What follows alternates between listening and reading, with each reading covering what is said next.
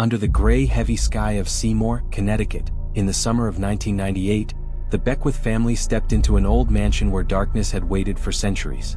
The house, with its rotting walls and windows like hollow eyes, stood silently amidst a desolate land, as if whispering ancient curses from the past. For Sean and Bonnie, this was a chance to start over, a spacious home for their two teenage daughters, Frances and Jennifer, and their young son, Jeremy. But what they didn't know was that this house was not just a place to live, but a gateway to hell. From the very first moment she stepped inside, Frances, the eldest daughter, felt a chill run down her spine. Her eyes scanned the dim hallways where sunlight seemed to never reach. "There's something wrong here," she whispered, her voice trembling, but Bonnie, wearing an optimistic smile, brushed off her daughter's fears. "It's just an old house, sweetie. You'll get used to it." But Frances couldn't shake the feeling of being watched, as if 1,000 invisible eyes were lurking in the shadows. The house had been abandoned for over a year, sold at a price suspiciously low. The stained walls and creaking wooden floors seemed to recount the tales of former residents. People who had left in silence, taking secrets with them that would never be revealed. During the house tour, Jeremy's eyes sparkled with childish curiosity, but Frances only wanted to run. Still, after a tense family vote, they decided to buy the house, despite Frances's warning, "It's the embodiment of evil." On moving day, the air was filled with fake cheer. Laughter echoed from Jennifer and Jeremy as they set up their rooms, but beneath the surface, something had awakened. That first night, as darkness fell, Jeremy was jolted awake by a terrifying noise, like claws scraping against the wall. Trembling in the dark, he heard eerie whispers, like a ghostly choir surrounding him from all sides. Panicked, he ran to his parents' room, his heart pounding. Bonnie, startled, reassured him that it was just the wind blowing through the old house. But when she walked him back to his room, Jeremy caught sight of a massive shadow gliding across the corner of the wall, an ominous warning that they were not alone. Jennifer, in her own room, was not spared from the nightmare. One night, as she brushed her hair in front of the mirror, a cold gust swept through, carrying a chilling whisper right behind her. She spun around, but was met only by a terrifying silence. The feeling of being watched clung to her, keeping her from closing her eyes. That night, her bed shook violently as if invisible fists were pounding from underneath. She screamed, but when she looked down, there was nothing but the consuming dark. Afraid, she kept the incident to herself, too scared to tell anyone. Each night, the house became a battleground of fear. Footsteps echoed down empty halls, doors slammed shut on their own, and the light from Jeremy's tricolored flashlight seemed only to make the shadows more menacing. Frances, with her sharp intuition, knew they had unknowingly awakened an ancient entity, something ravenous and merciless. But the family, clinging blindly to hope, had yet to realize that they were teetering on the edge of destruction, where the last glimmer of light would soon be devoured by darkness. The darkness within the Beckwith house grew increasingly hostile, turning each night into a living nightmare. Sinister whispers, violently shaking beds, and lurking shadows pushed the family to the brink of panic.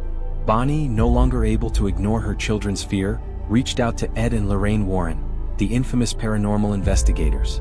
The moment Lorraine stepped into the house, she felt the oppressive energy, like the darkness itself was tightening around her soul. "There's something very powerful here," she warned. "A demonic entity." The investigation began, unraveling a horrifying truth. As Lorraine walked down the dim hallway, she stopped outside Jennifer's room, where a fleeting image of a demon crossed her mind. "This is the heart of the darkness," she whispered. The phenomena escalated. Bonnie's mother, visiting for Thanksgiving, saw 3 dark figures in the corner of the guest room, then suddenly spiked a mysterious fever and had to be hospitalized. Frances, the eldest daughter, narrowly survived a mysterious car accident while out running errands, as if the entity was trying to prevent any outside help. The Warrens brought in a psychic named Lee to confront the presence. During a seance, Lee trembled and scrawled a chilling message: "Leave. You do not belong here." The warning sent shivers down the family's spine. Photos taken by Jennifer revealed shadowy silhouettes, which Lorraine confirmed as signs of a high-level demonic presence. Flapping wings echoed in Jennifer's room, though no birds were present, and knocking sounds traveled from the walls to the floor, as if the house itself were alive and enraged. Torn between fleeing and fighting, the Beckwith family followed the Warrens' advice. Do not leave, the entity would follow. They set up cameras, capturing disturbing sounds and images, but each piece of evidence only deepened their fear. Bonnie and Jennifer experienced piercing cold, as if their very souls were being invaded by the darkness. During another seance, Lee was overtaken by the entity, her voice no longer her own as she growled and hurled a heavy wooden table toward Ed Warren, sending the entire group into chaos. Names, George Robertson, Anna, appeared in frantic scribbles, hinting at a dark history tied to the house. Caught between life and death, the Beckwiths realized they weren't just facing a ghost, but an ancient evil, one determined to trap them inside an eternal nightmare. The Beckwith house sank into a suffocating darkness, as if the very air hissed with curses. After countless terrifying nights, the family decided to confront the demonic entity. Lorraine Warren arranged for a priest to perform an exorcism, but the wait felt endless. Bonnie, haunted by disturbing visions, began drawing obsessively, a tree, a storm, and 3 spirits, as if the entity were controlling her mind. Lorraine warned her to stop, cautioning that each stroke of the pencil opened a doorway for the darkness. On Christmas night, Bonnie's mother returned but suddenly developed a high fever and erratic heartbeat, requiring hospitalization. While praying, she began reciting Bible verses backward, horrifying the family. At the same time, Frances nearly died in another mysterious car accident, as if the demon was sabotaging every effort at salvation. When the day of the exorcism arrived, the priest entered the home with a commanding presence, ready for battle. He chose Lee, the psychic, as bait, tying her to a chair to protect the others. All the windows were thrown open, and icy air rushed in as the ritual began.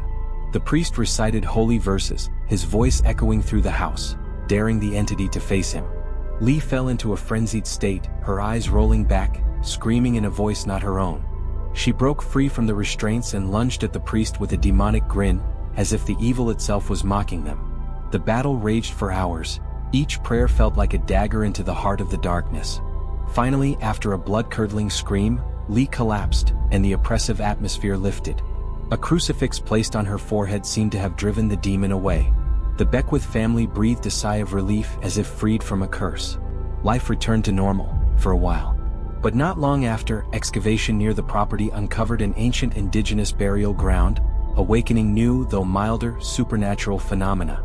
The family remained in the house until 2005, then sold it, leaving behind a haunting legacy. The house changed owners several times before being purchased again in 2018, but no one knows for sure whether the darkness still lingers. The story ends with unanswered questions. Who was George Robertson, the name whispered from the past? What was Anna's connection to the pain depicted in Bonnie's drawings? And where did the demonic entity come from? Though the Beckwiths survived, they bore the scars of their battle with ancient evil, a chilling reminder that darkness is always waiting, ready to consume those who dare enter its domain.